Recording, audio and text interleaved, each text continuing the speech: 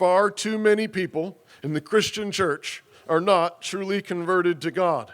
They are religious, maybe very religious. They're conservative, maybe very conservative, but they do not know Christ and the power of his resurrection. They know about Christ, perhaps. They could answer Bible trivia questions.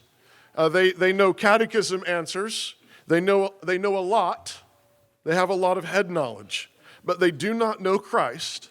And this is obvious because sin still has power over them. It is obvious that they don't know Christ and the power of his resurrection because sin still has power over them. They're still dead in their sins, even while they may think they're serving God. This is really, think about this.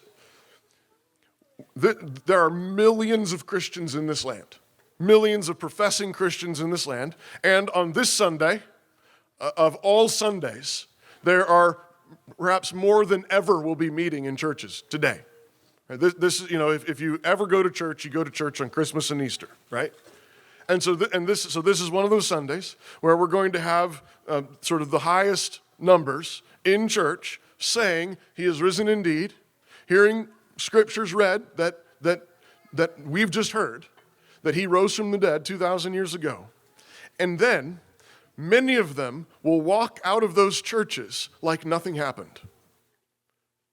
Many of them are going to walk out of those churches and it will have changed nothing about their life.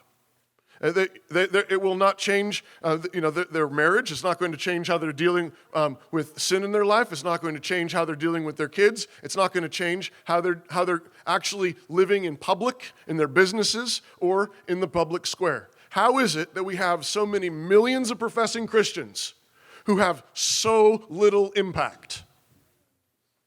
It's because they don't know Christ. They profess Christ. They don't know him. They know about him. They don't know him. There's Jesus in Matthew 7 has some really terrifying words. In Matthew 7, Jesus says there are going to be some, there are going to be many even, who say, Lord, Lord, did we not cast out demons in your name?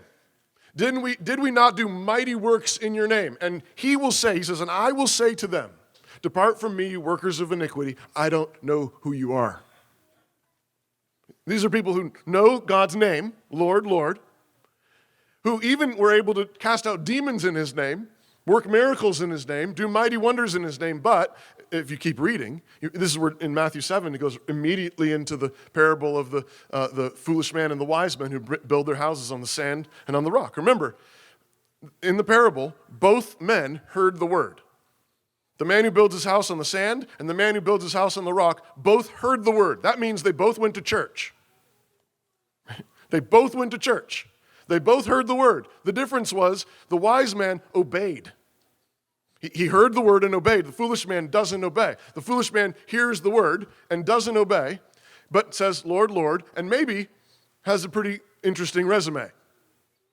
He goes to church. He says, Lord, Lord. He knows about God and maybe is even able to work some extraordinary things, pulls some pretty significant things off, and has a pretty interesting, striking resume. And to whom Jesus says on that last day, he will say, depart from me, you workers of iniquity. I don't know you. I never knew you.